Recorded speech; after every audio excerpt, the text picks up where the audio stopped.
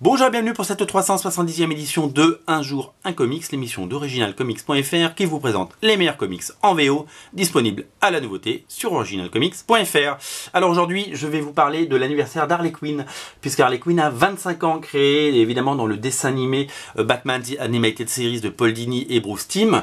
Ce personnage est un transfuge, puisque c'est très rare dans l'histoire des comics, mais donc elle n'a pas été créée dans les comics, mais elle a été créée dans un dessin animé. Et donc depuis, elle a fait bien entendu son apparition dans les comics et puis dans le cinéma, puisque c'est la star du film Suicide Squad et qu'elle aura certainement bientôt droit à son propre film avec le Joker. En tout cas, c'est en chantier.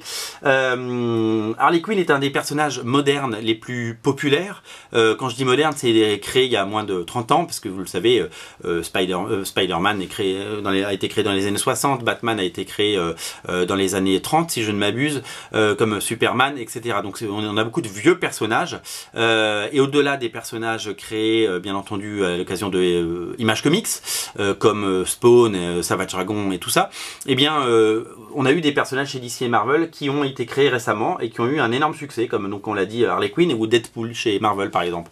Donc voilà, elle a 25 ans et pas une ride, et donc il y a un numéro anniversaire avec 3 couvertures. Moi j'ai pris celle de Jim Lee, mais il y a aussi une couverture de Terry Dodson et une autre de Amanda Conner, donc vous pouvez prendre celle que vous voulez. Il suffit de taper Harley Quinn Anniversary dans la barre de recherche d'originalcomics.fr, ça vous le trouverez. Moi j'ai pris celle de Jim Lee parce que évidemment c'est Jim Lee.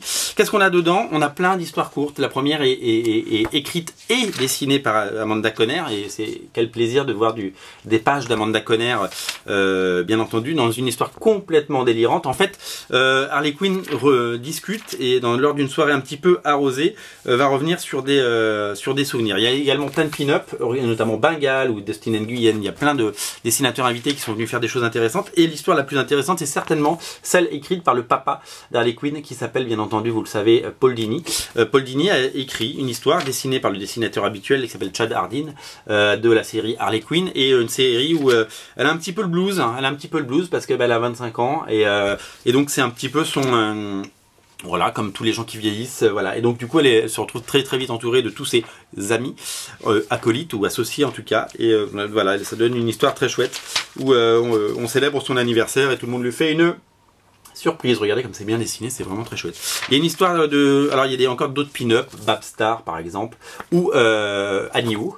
Voilà, plein de jolis dessins, et une histoire signée David Lafuente, un dessinateur que j'aime beaucoup, qui avait fait notamment des épisodes de Ultimate Spider-Man. Ah, regardez, il y a une pub à l'intérieur pour Batman et Flash the Button. On apprend que la couverture sera lenticular, donc si vous n'avez pas encore commandé l'édition hardcover de Batman the Button, eh bien sachez que la couverture est lenticular, et ça c'est super chouette.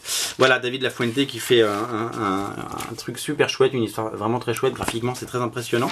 Et la dernière histoire, encore des pin-up, notamment Greg Tokini, regardez comme ça déchire, ou alors là j'arrive pas à lire, Kamone Shirahama, une mangaka certainement, ou un mangaka, je ne sais pas, je ne connais pas.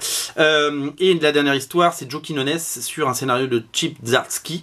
Voilà, donc 4 histoires, sinon rien, comme un bon Ricard, pour ça. Et puis, ah bah tiens, il y a même une pub, regardez, il y a Dark Knight 3 qui sort en hardcover.